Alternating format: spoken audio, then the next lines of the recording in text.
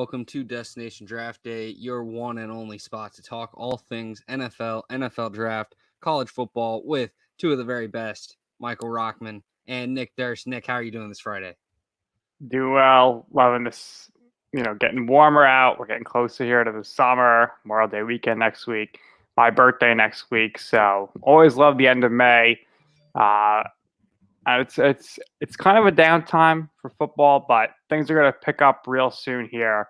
And we're not talking NFC South, but we can talk real quick about the Julio Jones rumors ramping up here. And the latest that I'm hearing today from Michael Lombardi, who used to work with the Patriots, is that Belichick and the Patriots are very interested in somehow getting Julio Jones to New England. What do you think the package would be to get Julio Jones? I think that, first and foremost, we'd probably have to include one of the young running backs in that room to help the Falcons kind of alleviate that small hole there at the running back spot. Mike Davis is likely the starter, but I think the position overall just needs to be split a bit. So we could see, maybe a Sony Michel package in there, but it's mostly going to come down to what the pick price is, because as many, solid players that could maybe contribute could be added to this. I think the biggest thing for the Falcons right now is getting a contributing pick right away. So getting a second rounder, maybe a first if they view the Patriots as a top contending team. It's really going to come down to who they think is going to get them the best value. So whether that's the Patriots, whether that's the Titans, maybe it's the Packers. If the Packers are offering a first and, the Patriots are coming in with the second and Sony Michel, I think they still go with the Packers. So really, it's tough to really decide what the Falcons are thinking with this. I think ultimately they're going to stick with Julio, keep him on the roster and try to have this overpowered offense. But, if they are looking to realistically trade him, then it's going to come down to what the mindset is of Fontenot and what he's looking for in terms of the organizational direction. Absolutely. The other news, as predicted here, Tebow signs with the Jaguars and the number one selling jersey in the NFL. Tim Tebow's number 85 with the Jaguars. People are saying, oh, he can't be a tight end. Like, you know how he catches. I'm envisioning him like in the Taysom Hill type of role, doing a lot of rushing, potentially throwing a pass here or there, doing some catching. I don't think it's going to be a traditional tight end role, but did you see the pictures of Tebow? He really bulked up big time, so he must be ready to do some blocking. Absolutely. I think that, he's going to try everything he can to get this roster spot. I don't know if he's going to end up on that final roster. It's a minimum contract, no guaranteed money.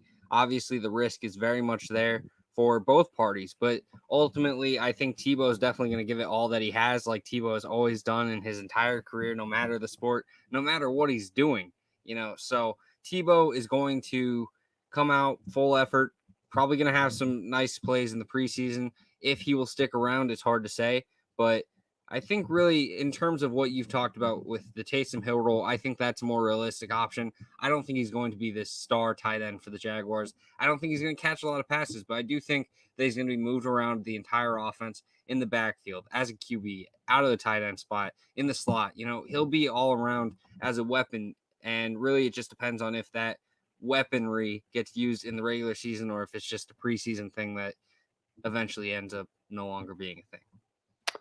Yeah, it's going to be certainly interesting to see, and hopefully it works out for him.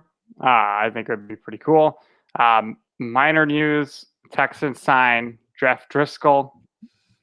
Obviously, the Texans have some quarterback questions there, so he'll stick around there for as long as, whatever happens with the unknown there with Deshaun Watson. Antonio Brown underwent knee surgery this week, but he'll be ready to go, no problem. And then last but not least, as far as the injury front is concerned, Mahomes, we know he had his offseason injury surgery. He'll be ready to go for OTAs, which start on Tuesday. So, things are picking up here, and we will see, what happens here. The big story right now for the next few weeks is definitely going to be Julio Jones. And of course, the bigger story we will continue to watch what happens with Aaron Rodgers. Absolutely. And another big move that happened this week was Morgan Moses being released by the Washington football team. I think that's a very solid right tackle that a lot of teams could be looking to add to their roster. First and foremost, we're having an AFC North episode today talking about all the teams. I think about 3 of these teams could have tremendous growth from getting Morgan Moses on the roster. So we'll see where he lands, but this is definitely someone that I think is a big-time free agent for someone this late in the season to really hit the market. Yep, time will tell. It'll happen quick, though, that's for sure. And pretty soon we'll be getting all the storylines about the battles, the QB storylines, which, the main one's going to be Mac Jones and Cam Newton. And then we'll see about Lance and Garoppolo. But, this is what comes out here. And you just, if you're a GM here or a coach, you got to hope you get everybody through OTAs healthy. There's going to be a lot of cramping, dehydration. It's hot out. So that's type of things we got to keep an eye on. Absolutely. Durability is probably one of the biggest killers for so many teams. We saw it last year with the San Francisco 49ers, fresh off of their Super Bowl run, lost some key players and ended up missing playoffs entirely, put up a season that ended up having them at the number 12 spot. They were able to move up to that number 3 spot and drafting Trey Lance. A bad season can change the trajectory of your team entirely. A lot of people would have been shocked if I told you right after that Super Bowl, Jimmy Garoppolo's got one more year as the QB of the San Francisco 49ers, because really a lot of teams don't move on from their QBs like that. But I think, when you have a chance to go up and get a player like that and they viewed Trey Lance in that light, then it was absolutely worth it for them. And now we'll see how it plays out. Yep, we will keep an eye on everything. And I think for now it's time for us to continue with our segment here that we'll be doing for the next few shows, and that is looking division by division and breaking it all down. Absolutely. And we're going to start out with the Baltimore Ravens, fresh off of 2 first-round picks, fresh off of a great season just last year. Lamar Jackson obviously hoping to make huge strides in what is going to be another year. They got Owen Bateman in the first round. 2 players that I think should start right away at needs that were definitely there. Rashad Bateman at that wide receiver spot with Marquise Brown and Sammy Watkins. That wide receiver room is definitely a huge step forward from what it was in years past. If Lamar is going to take a step as a passer, he needs the weapons to be able to do it. And I really like these weapons. While I don't think Bateman is going to be a world beater in year 1, I do think that he can contribute in certain ways. And having Watkins and Brown already in that room with Mark Andrews as one of the better tight ends in the league, then you absolutely are opening up this offense, allowing for opportunity, creating chances for the Ravens to potentially make some big plays on offense in the passing game. The run game has been the bread and butter of the Ravens for so long. Lamar Jackson, Mark Ingram, now Lamar Jackson, J.K. Dobbins. And I expect the run game to still be very huge for their success. But if you're looking at, adding weapons to this room, trying to develop Lamar Jackson further as a passer, then they've absolutely done a great job. The big question mark, though, is now the offensive line. After losing Orlando Brown, Ronnie Stanley's going to be back, but the question now is at right tackle. Alejandro Villanueva isn't necessarily the greatest scheme fit, but still should be a solid starting right tackle for them. And then the interior offensive line, adding guys like Ben Cleveland in the draft. And really, it's just going to come down to how the center position holds up, because while the Ravens have certainly made some solid acquisitions, I think having Bradley Bozeman there at center is still a big question mark. Patrick McCurry could be the starter as well. I think it's going to be a camp competition, but the Bozeman and at left guard and the center position is definitely the big question mark. Right tackle, not necessarily sold on it, but Kevin Zeitler should be a great acquisition for them to help out the interior. Nick, in terms of the Ravens offense, we kind of see them have their issues, especially once we get further in the season, deeper into playoffs. What do you expect this year? Do you think anything's going to change, or do you think the same issues will exist that kind of hold them back from being a legit contender? Well, last year, everyone thought they were dead in the water, and then Lamar Jackson was just incredible. They got 11-5, finished second in the division behind the Steelers. And, their problem really is, I think they're a playoff team, but they're very one-dimensional. In the playoffs, one-dimensional teams tend to not win the championship. The Packers, people pretty much say they're one-dimensional. They have the best player in Aaron Rodgers, and they have trouble winning. Look who won the Buccaneers won last year. They were triple, quadruple dimensional. So it comes down to having an offense that can do multiple things for you. Their defense, I'm not too crazy about, but I think the offense, they still rely too heavily on Jess Jackson running the ball. But I mean, I guess when you have a quarterback who is faster than running backs, you need to enact that action game plan.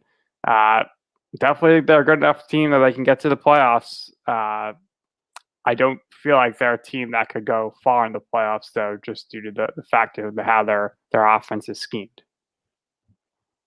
Yeah, and a lot of people started to question Greg Roman last year. Could you see if there's an early exit for the Ravens again, maybe first round exit, or they maybe even miss playoffs? Do you think Roman becomes a hot seat type of coach and maybe no longer with the Baltimore Ravens following this year if things don't really change? Most likely, I mean, there's always a fall guy, right? So they're not gonna fire Harbaugh, and at this point, something's got to give, right? They got to shake something up here. Roman, maybe he's got a chance because with Lamar Jackson, he made this guy the MVP. They go 14-2 2 years ago, which was his first year as the offensive coordinator, and the offense is going to put up points, so it'd be kind of tricky. But ultimately, something's got to give. Somebody's going to go. We know Newsom's gone. He kind of retired, so they'd have to put the blame somewhere. And typically, unfortunately, in the NFL, it comes down to, all right, we'll get rid of the coordinator first, and the next step is going to be the head coach. But it's very tricky to get rid of your head coach when they won the Super Bowl. Absolutely. And, we flip over to the defensive side of the ball for the Ravens, adding some great pieces this offseason, but losing some as well. Matthew Judon off to the New England Patriots. The cornerback room still very solid. Marlon Humphrey, Marcus Peters. They have Chuck Clark and Everett as well, or Elliott at the safety positions. They add Odafe Owe in the first round of this draft. And they add some, other secondary pieces as well to this defense in a year where, the AFC North really is up for grabs entirely in my mind. I think the Steelers have dropped off a bit. The Browns are obviously making great strides. The Ravens always going to be competitive. And the Bengals are now trying to really take that next step. How important is it for this defense to really continue their success in order for the Ravens to potentially, win the AFC North and also hopefully make a run in the AFC? Yeah, I mean, just looking at their opponents in the division, Burrow and Chase could probably, and the rest of the Bengals offense is pretty decent. They could put up some points. Big Ben, he's always got to put up points. I mean, they got Claypool still. They brought back Juju for the 1-year deal. You would think he's going to be motivated. Obviously, they draft Harris, so the offense is pretty solid there.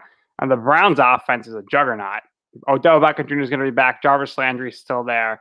They get the two-headed attack at the running back position. So a lot of weapons there. And if you look at the history of the AFC North and the team that typically wins or a team that has gone on to win the Super Bowl, it's always been led by defense. The 2000 Ravens, the Joe Flacco Ravens, you got Big Ben's 2 Steelers championship runs. It's always been defense first. And that is what it's going to come down to in this division always. And I just don't know if the Ravens have what it takes in the playoffs to stop all these high-powered offenses such as the Chiefs and the Buffalo Bills. Yeah, McPhee back at edge for the Ravens, and it's going to be interesting. The linebacker position, very young LJ Fort, Patrick Queen, Malik Harrison, and, really the secondary is always going to be great. The big issue is how are they going to generate pressure? The D-line's good, but the edge position is either, inexperienced or old, and Martindale has said, he's going to be able to generate pressure no matter what. I think it'd be foolish not to believe him, but still, there are definitely question marks about what the Ravens are going to be able to do this season. Personally, for me, I look at their schedule, and when I evaluate the games that they had, I think that they're going to end up in that 11-6 type range. Obviously, you could give or take a few games. I still think they're a playoff team. I think the big question mark, though, for what holds them back in my mind is I haven't seen that passing game take off. And I don't necessarily hold it against Lamar Jackson, but I do think the offense needs to become a little bit more than just, short game passing and running game.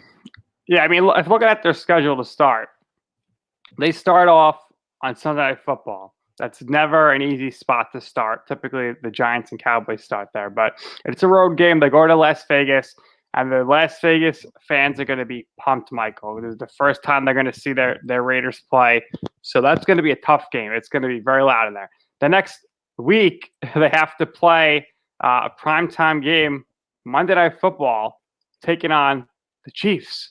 So you could quickly look at yourself and be 0-2 there.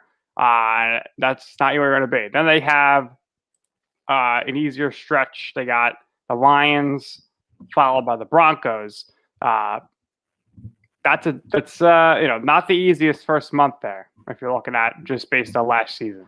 Absolutely. I'd say the only game that you would confidently be able to assume they're going to win is that Lions game. Yep. That Broncos game, honestly, don't sleep on what the Broncos could be able to do, because that defense is going to be top tier in the NFL. If they can slow down the Ravens offense, really stop the run, make Lamar really kind of cut off in terms of what he's able to do mobility wise, then we could see some issues to where it's a low scoring affair and the Broncos are able to steal a win there.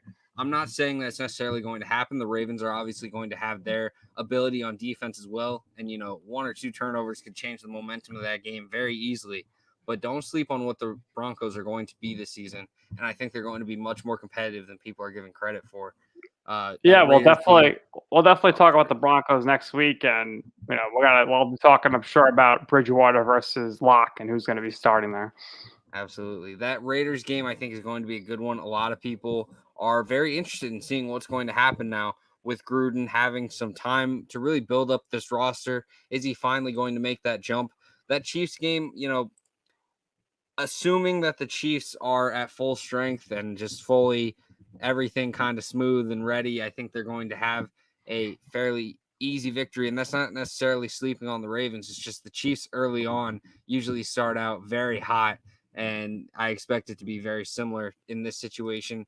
But moving on from that month, it doesn't get much easier as they go against the Colts, the Chargers, the Bengals, and Vikings. 3 of those teams outside of the division, but all 3 aren't teams that you could really discredit for potential playoff teams. The Ravens' schedule is not going to be easy in the first half. And if you don't have any momentum heading into the halfway point, things could easily go south. Yeah. Do you think that do you think that the Ravens potentially could start out so poorly that maybe they miss out on playoffs entirely? I mean, if they start off 1-3, things could potentially be in doubt. The Colts game is not going to be easy. Chargers are going to be good, but their last 7 weeks of the season are not great. A lot of divisional games, so those are 50-50. But you got the Browns, got the Steelers, got the Browns again.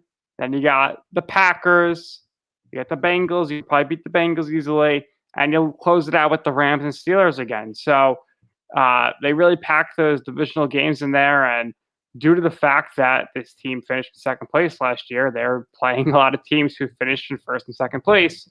That's the competitive balance of the NFL. So they need to most likely go at least, 2-2 here to start things off, and then really got to take advantage of the middle of the season there when they're playing the Bengals, Dolphins, Vikings, and Bears, and try to stay afloat. But in general here, I really wonder how this season's going to work out with the 17 weeks. If you get off to a really slow start, and then you guys are like, oh my gosh, we got 15 more weeks of this, 16 more weeks. I'm interested to see how mentally the players get through the season. Absolutely. And for the entire AFC North, they are probably one of the tougher divisions. I'd say the top 3 tough divisions are AFC North, AFC West and NFC West. And if you are a team in the AFC North this year, you're playing both those divisions. So not the easiest of schedules. We could see some potential slippage, and, a team that's really hoping to not have any slippage and take that next step as a roster is the Cincinnati Bengals. Year 2 of Joe Burrow, hopefully healthy and ready to go. Bringing in Jamar Chase in that first round, adding some other additional talent as well, adding to the offensive line with Riley Reif, Jackson Carman. For the Bengals, Zach Taylor on the hot seat already. A lot of people are saying if they don't make big strides, then he could be out of Cincinnati. Do you like the overall approach that they had in this offseason? Well, the problem here is that I think they're going to be seeing some more, of Brandon Allen. That's not a great thing, and I don't mean that disrespectfully to Brandon Allen, but you got to play Joe Burrow, and I'm worried about Joe Burrow because I don't think the Bengals addressed the offensive line at all whatsoever this offseason. They didn't do anything as far as I could tell. And sure, is Chase going to be great? Absolutely. But if you can't keep Burrow upright and you got, Kyle Shermer there and Brandon Allen, I just don't see that being a recipe for success for this franchise, not only this year, but just moving forward. Yeah, I think we talked about Morgan Moses a little earlier, and I'd love to see him brought in by the Bengals, really move Riley Reif back into guard. Like it was kind of talked about whenever there was chances that they were going to pick Sewell in the draft. And really, I think if you get a line of Jonah Williams, Morgan Moses, Riley Reif, Quentin Spain, and Trey Hopkins at center, I think that line is going to be very solid. I know they drafted Carman in the second. I think you can kind of have him redshirt or even compete to take Spain's job. But ultimately, I think there's still a little bit more that's needed to be done on this offensive line. I think it's going to be better, but that doesn't necessarily mean it's going to be good. And there's still going to be some issues in terms of, just protecting your QB. And hopefully with another year, some developed play from Carman, we see some protection happen very easily. I really like Dante Smith out of Eastern Carolina, but I'm not sure about his readiness year 1. So ultimately, the Bengals have pieces, right? So the wide receiver room is absolutely talented. T. Higgins, Jamar Chase, Tyler Boyd, probably one of the better units in the league. And then Joe Mixon in the backfield can contribute as a receiver as well. That defense, though, is where I really start to question things because I don't really trust the defense. I think the overall secondary kind of lacks that top guy. Chidobe Awuzie, I thought, was someone that would be a versatile chess piece type player that could be added to, a great defense. And I don't really trust the defense of the Bengals to really use him like that. Mike Hilton's a great add, but he's a slot guy. Trey Waynes isn't going to be able to shut down any top receiver. So really, there's just overall, the defense still has issues. Jesse Bates is one of the best safeties in the league. I like Von Bell. The linebackers are young, but they're improving. But I don't know. I don't think the defensive line is enough to help that secondary, like the cornerback room. And all you got to know about the cornerbacks, Michael. All you got to know about the cornerbacks is that Eli Apple is slated to be their cornerback number 1 right now. This guy, for some reason, every team thinks he has so much talent. They bring him in. He's either getting, pass interferences in every play, or he just doesn't turn around. He's getting torched.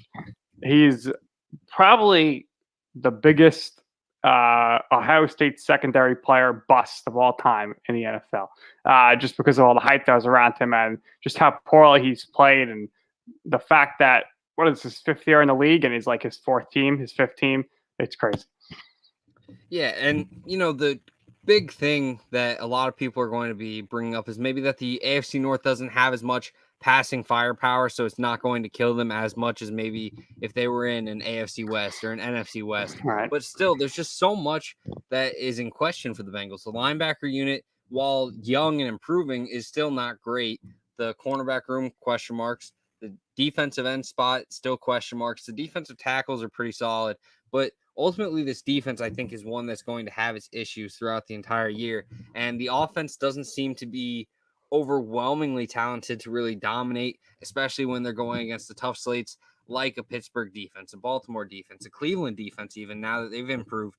And I think really the Bengals are still going to be stuck in that fourth place. It's going to take a lot to really push them up in the division and become that number one team. And Right. I don't I think mean, it happens while Zach Taylor's in town. well, Taylor's on the hot seat, that's for sure. But the good thing that the Bengals have going for them is they actually do have a pretty favorable schedule to start. They start with the Vikings, then they take on the Bears. They got the Steelers. So, again, division games could go either way. They got the Jaguars. We'll see what happens there. The Packers, and then they play the Lions. So there are games there in that first stretch of 6 that they can win. If they're 3-3 after 6 games, that's tremendous for them, considering they only won 4 games last year. And that would mean that Burrow is playing very well. Absolutely. And I guess I misspoke earlier. They're playing the NFC North, not the NFC West. So that makes it a little easier for AFC North teams on their schedule, but still ultimately plenty of talent that they will be going against. The Bengals, that first game against Pittsburgh, especially after beating them late in last year, if they can get a win there, then we could see some possible momentum for this team. You assume that they'll be able to pull a victory against Jacksonville maybe, but it really just comes down to how the cards kind of shake out. But there's a chance we could be looking at a team that's 3-1 because while the Vikings, I think, are very talented, they aren't unbeatable. The Steelers aren't unbeatable. The Bears aren't unbeatable. So there's games that if the Bengals really come out hot, they could take out some great teams in the process and really win some big games. Yeah, like we said, offensively, the talent's there. It's just a matter of can the offensive line give it enough time to let plays develop. So if you are a Bengals fan, let's say that you're having high hopes for the season. What's the expectation for Burrow in year 2? Are you looking to see him become a better deep ball passer, put up some better production? What's the expectation in your mind to really be sold on what Joe Burrow can do? Yeah, I mean, the expectation should be really low, and the expectation should be let him play 17 weeks because you have to worry. I mean, it's coming off a really bad injury. There really wasn't much you could say that you saw that was bad from him last year. I mean, he was a Rockman Rookie of the Week a few times. He was balling out. I think you want to just see him and Chase rekindle their chemistry, and you want to see them hook up on the deep balls. And maybe you want to just see Burrow figure out what way to get rid of the ball quicker. I think that's something I'd be looking to see, and that way that would ensure his health.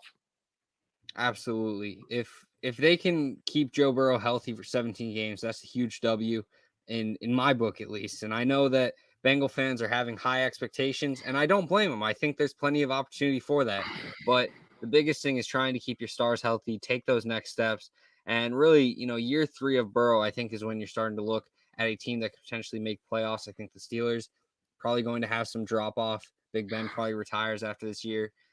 And, we'll see what happens with the Ravens and Browns, but the Bengals could definitely continue to build this roster to be in competition with them. So if you're a Bengals fan, me and Nick aren't advising you to have high hopes this year, but high hopes for the future for sure. Yep, the future. You have the future of your franchise, so you just got to hope he can stay on the field. And one team that was kind of hearing that every year now is finally competitive. The Cleveland Browns, a wonderful season last year. One of the best running back rooms in the NFL, probably number 1. Kareem Hunt, Nick Chubb, Baker Mayfield kind of shook off his sophomore slump. The wide receiver room, very talented. The offensive line, completely invested in. There's just so much to love about Cleveland. And really the issues last year was the defensive issues. And they obviously went and addressed that with acquisitions with Greg Newsome, Jeremiah Owusu-Koramoah, adding pieces like Jadeveon Clowney to the defensive line, and getting John Johnson for the secondary. Do you think that the Browns have invested enough in their defense to now not just be a team that is a playoff team, but also a legit contender? It's tricky to say, but Stefanski, he got the full team rolling last year. People say, "Oh, he's the offensive guy." He put everything together. He did a great job. I think they're going to miss Olivier Vernon. He was one of their leaders last year in sacks. But when you have Myles Garrett up front, you're in good shape because he is a monster. He'll be getting to the quarterback. So I like what the Browns did, which is basically bring everybody back for the most part, make a few tweaks here and there, and I think they're going to be very good this season. I agree, absolutely. And I think the big question mark that people want to see is really, can Odell and Jarvis take that next step of contributing in major ways to really make this offense not just very serviceable and consistent, but also dominant? And I think it's certainly possible. I think getting healthy, getting everything right, Baker Mayfield, obviously another year, could be huge for both the receiver room and Baker himself in that Browns offense. Personally, for me, I think the Browns are the team to beat in the AFC North this year. I think the Steelers are going to have a little bit of drop back. I think the Ravens still have some question marks for me, but the Browns, while the defense is still going to be a question mark, I think they've added the pieces necessary to really take them to that next level. I don't know if they're a contender yet. I still think that they're going to have some issues with some of the top teams in the AFC that could hold them back, but with some great play over the course of the season, my mind could easily be changed. A lot of teams obviously have that idea of we need to beat Mahomes, and if they are having Myles Garrett chasing Mahomes around in that backfield, then it's not going to be easy for the Chiefs. And having John Johnson in that secondary to help limit the deep passing, I think, is absolutely huge. Yeah, no doubt about it. And I think the Browns are the team to beat in the division as well. I think there's going to be a legit fight between them and the Bills to get that 2 seed, and that's important because you have to play the Chiefs till the championship game, assuming the Chiefs are firing all cylinders. But hopefully, Odell Beckham Jr. could stay healthy this year because there were some games last year, specifically that game in Dallas where he was electric. He threw a touchdown. He caught 2 touchdown passes, and people have been forgetting for some reason, like just how much of a game breaker, game changer this guy's been. And the fact that the Browns are, everyone's like, oh, they got Landry, they got back on their passing team. No, they're run first, and they can run the ball so well that it sets up Beckham Jr. and Jarvis Landry for such success because nobody in the league does it better than those 2 guys when it comes to doing a quick slant across the field for like 15 yards and turning it into 60-yard touchdowns. So Baker Mayfield, he's got a lot of weapons to play with there. He just has to limit his turnovers, play smart, try not to force the ball, and the Browns should have no issue at all. And I got to give most of the credit to Stefanski, who was absolutely incredible last year as a head coach. Yeah, absolutely. A lot of people were excited when he got hired because it was going to become that Minnesota offense. And I think we saw that really kind of in full force what happens when you give the ball to Nick Chubb and Kareem Hunt, both proving to be great fits in that system. And the offense overall just got things going, and that defense now is the big question mark. I still think there's some issues on the defensive line. That 3-tech spot still has some question marks surrounding it, but adding the pieces that they did, I think, is a huge step forward. I think there's still some question marks about the linebacker room with Anthony Walker and Sion Takitaki. Maybe, there could be some issues in that regard, but ultimately there's a lot of defenses that kind of don't depend on linebacker, and they're one of those defenses. So we'll see what happens. But personally, the Browns have taken huge steps. They've done a great job of addressing the needs on their position. They've added some great talent, like John Johnson III, I think, was someone that people weren't really projecting for them because they had some solid pieces, but they went and got better at the position. And it was on a great deal. So absolutely a tremendous offseason for the Browns. And what they can do with, another year of development for Mayfield and some added talent to this defense is sky high. And Stefanski is going to very well lead them to that in my mind. Yeah, no doubt about it. He unfortunately had to miss that one playoff game, the first playoff game last year due to COVID, but they won. It wasn't a problem. And I think Browns fans are very excited about this upcoming season. Absolutely. And, a lot of people want to say that they almost beat the Chiefs last year because Chad Henne had to come in, whatever. But really, I think this year it's a realistic case that they could come very close to the Chiefs if things go correctly for them. So, a lot of optimism in Cleveland, probably for the first time in quite some time, but I think it's well warranted.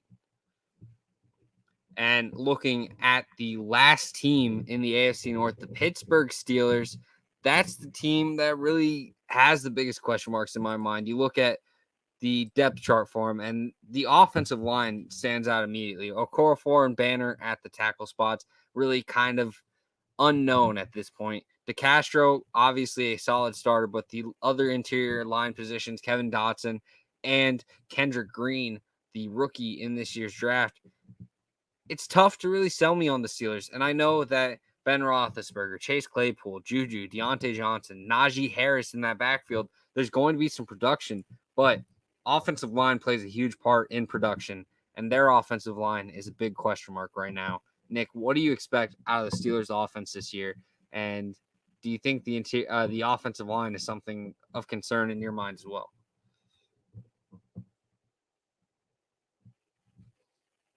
Yeah, I mean, Pouncey's gone, Villanueva's gone, so they don't really replace them.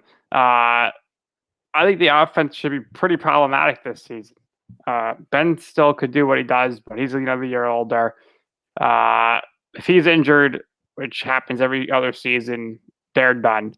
And Claypool's going to be great again, but now there's tape on him, so maybe he'll take a little step back. And I think it's very telling that nobody wanted Juju Smith-Schuster, and he settles for this, cheap 1-year deal to come back.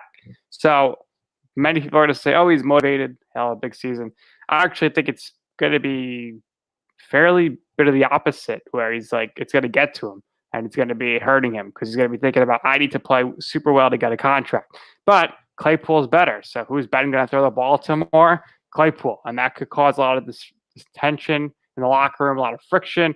And if Juju Smith is too busy dancing before the games again, that could lead to even more issues, which won't make Mike Tomlin very happy. So the offense, I think, is not what it was the first half of last season.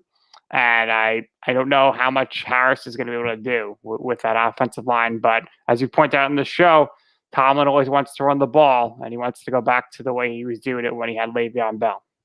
Absolutely. I expect big things out of Najee Harris, but I still have worries about the overall protection that he'll get. So maybe a slower start for Najee than people expect in terms of production, but I think Najee Harris will still have a great career in Pittsburgh. On the defensive side of things, the secondary is what kind of stands out to me. Obviously, that front seven is going to produce with some great pieces. TJ Watt, Alex Highsmith coming on as a great mid-round pick for the Steelers, but the secondary, Joe Hayden, a little bit older now, could have some issues in terms of regression.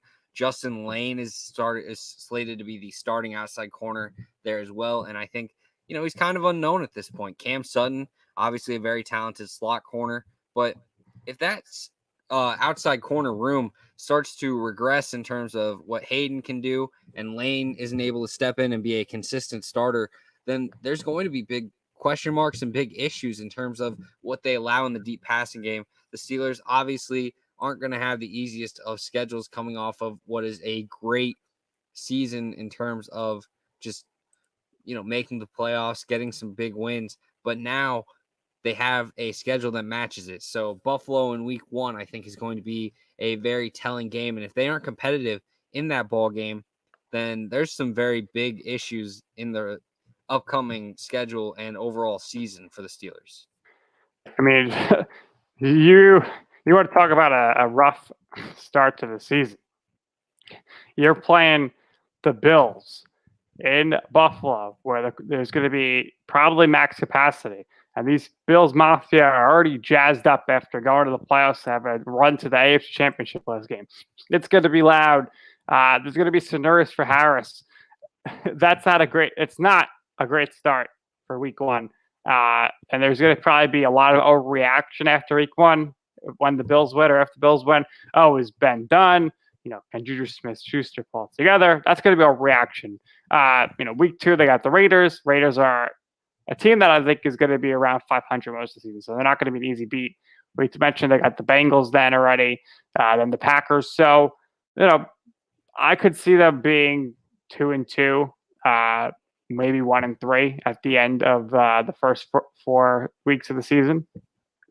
Yeah, and I think one of the strong points for the Steelers is that Big Ben has always been a guy that's been able to bounce back well from bad performances. So if he maybe starts out slow against Buffalo, he could still have a good week that next week, or be able to, maybe start out rocky in that first 4 weeks and then still turn it around. So having a veteran leader at that QB position is certainly, encouraging, and it's going to instill confidence in that fan base that, they're going to be okay.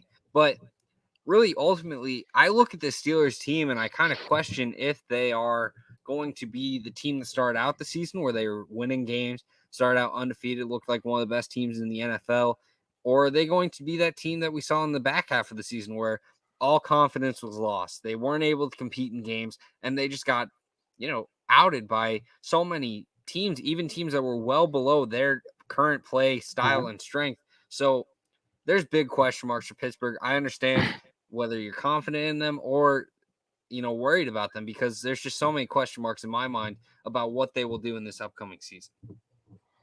Absolutely. They're a team that, regardless of what happens, will always be talked about. And, maybe if they have a bad season, they might be looking to draft a quarterback at the top of the first round, because it's a matter of, if, not when here or what, it's going to happen with Roethlisberger's probably got maybe 2 years left. So they got to see if they put some sort of plan into action here, because should be some decent quarterbacks next year. And,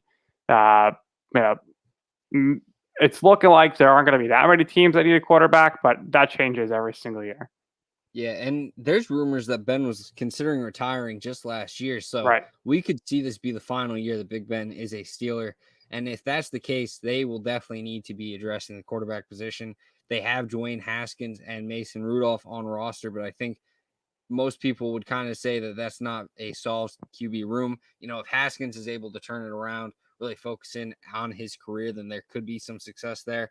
Rudolph, I feel like, is kind of already well known for what he's going to be in the NFL. So really, I look at the draft and I think there's pieces that fit what they would want, but where they're going to be drafting is going to kind of play into that. So, there's potential there, but also the Steelers are going to be an interesting team in terms of what they do in the future, because they could be very competitive this year, even a 7-10 team, and probably be sitting too far out to really get a playoff or a QB that's of caliber to really help them get to the championship. So we'll see what happens as the season goes on. And hopefully, with Big Ben ending his career, there's some success for the Steelers and the overall roster that's there. Obviously, there's plenty of talent to do it, but I don't know. I think me and Nick alike are just kind of worried and concerned about the overall outlook for the Steelers. And, Mike Tomlin's one of the better coaches in the game, and I think both our opinions as well. But the guy's never been under 500. Even 2 years ago, by Ben's dad, he's got Hodges and Rudolph, and they go 8-8. Yeah, so that's why there's reason to still think that the Steelers can very much compete and get into playoffs. But, this could be the end of a Steelers era that kind of got shortened because of injuries throughout its reign. But there is definitely some question marks on this final year. And if Big Ben is done after this year, then we don't know how long that'll last. And hopefully, Tomlin's able to find a new team or something so he can just find success elsewhere, because I don't trust the Steelers to turn it around very quickly. Well, I think we're in agreement here. At least it sounds like we both have the Browns winning the division. Ravens in second place, Steelers third, Bengals fourth. Yeah, that's exactly how I'm looking at it right now. And things can change in an instant. Some team can get hot, some team can get cold, and things just go south or north from there. But ultimately, I think the Browns run away with it. The Ravens come in second, and Steelers come in third, Bengals come in fourth. Zach Taylor no longer the head coach after the season. Big Ben retires. And then, we'll see what happens to the Ravens and Browns in playoffs. Yeah, I mean, the Steelers take a step back, but I think they will be in play for the 7th seed to make the playoffs. I think it'll be a tight race between them, Dolphins, Patriots, Raiders, Chargers, and, I think that's going to be fun to watch. I think it's going to be interesting. We have a lot of teams in the mix this year for that last wild card spot. Absolutely. And we'll be discussing them all here on Destination Draft Day. Nick Durst, Michael Rockman, that's all we got for you today. And a little bit early today compared to usual. But we'll Summer Fridays. Got a good start to the weekend. Everyone, have a good weekend. We appreciate everyone for watching, and we appreciate LandryFootball.com for the platform. Take care, be safe, and we'll see you on Monday.